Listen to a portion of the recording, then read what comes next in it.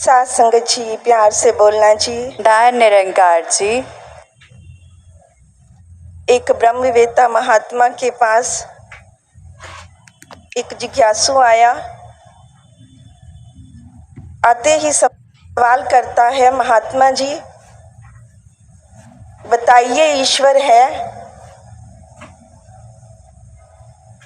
महात्मा ने कहा, तुझे क्या लगता है? कहता, मुझे लगता है कि ईश्वर है। महात्मा मुस्कुराए, कहते तुझे गलत लगता है।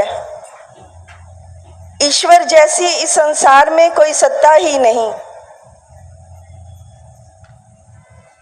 अभी वो निकले ही थे, तभी एक दूसरा शख्स आया।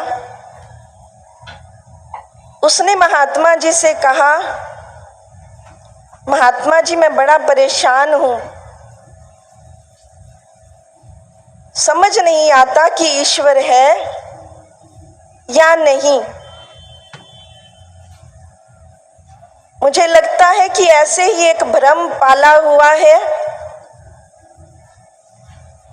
महात्मा ने कहा कि तू गलत है।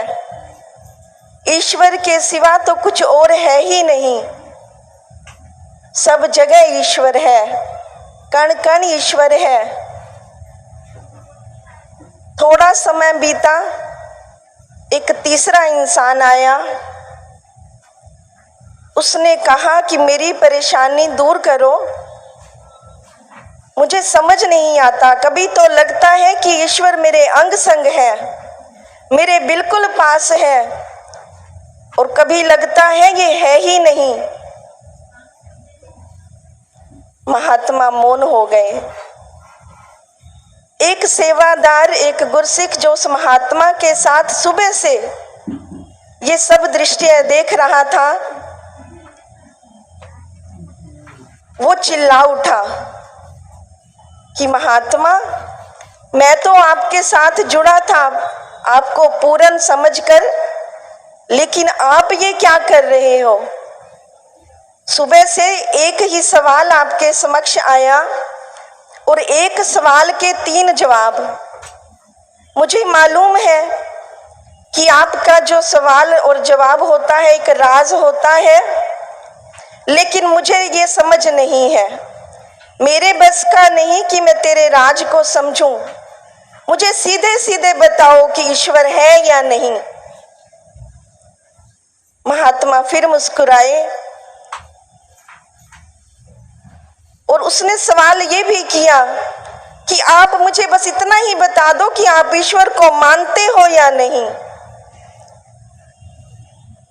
महात्मा ने कहा, पहले तू मुझे ये बता, तू सूर्य को मानता है या नहीं? वो इंसान और झुंझला गया। कहता, ये कोई मानने की बात है? सूर्य मेरे सामने समक्ष है, साक्षात है। मैं उसके दर्शन करता हूँ, मैं उसे जानता हूँ, प्रत्यक्ष देखता हूँ।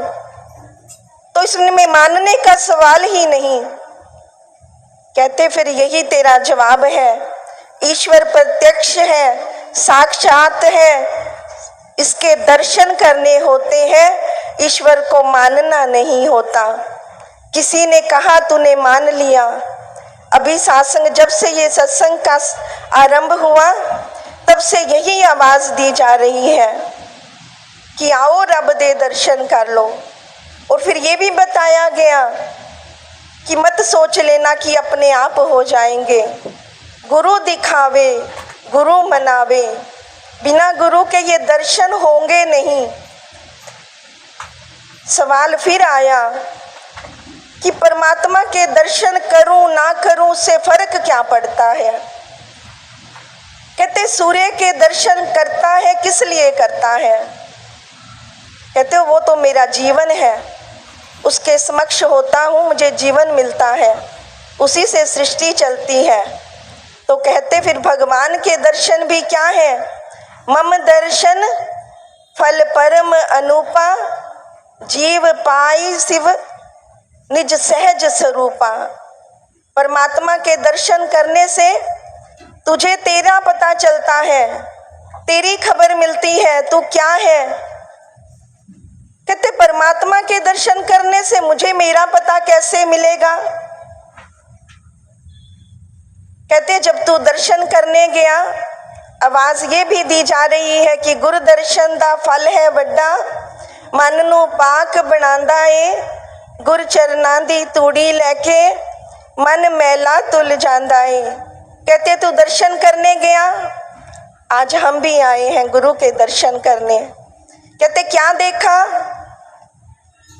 हम कहेंगे हमने नूरानी जोड़ी के दर्शन किए। कहते तू कौन था, मैं देखने वाला।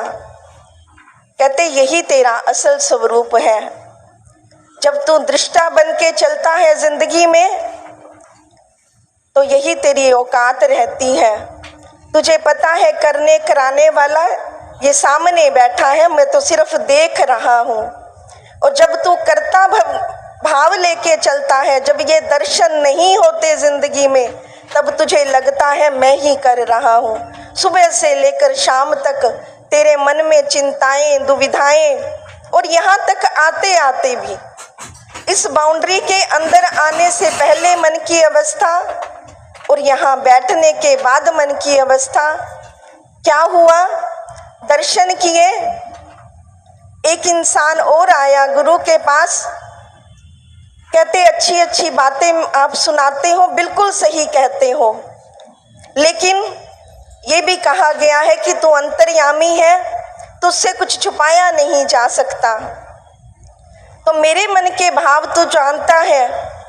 जो फला फला इंसान है, उसने मुझे इतना दुख दिया है, इतना मुझे हर्ट किया है कि मैं भुला नहीं पा रहा। बड़ी कोशिश करती हूँ कि बेनिफिट ऑफ डाउट दे दूँ, बड़ी कोशिश करती हूँ कि जजमेंटल ना बनूं, लेकिन मन से वो बात जाती नहीं।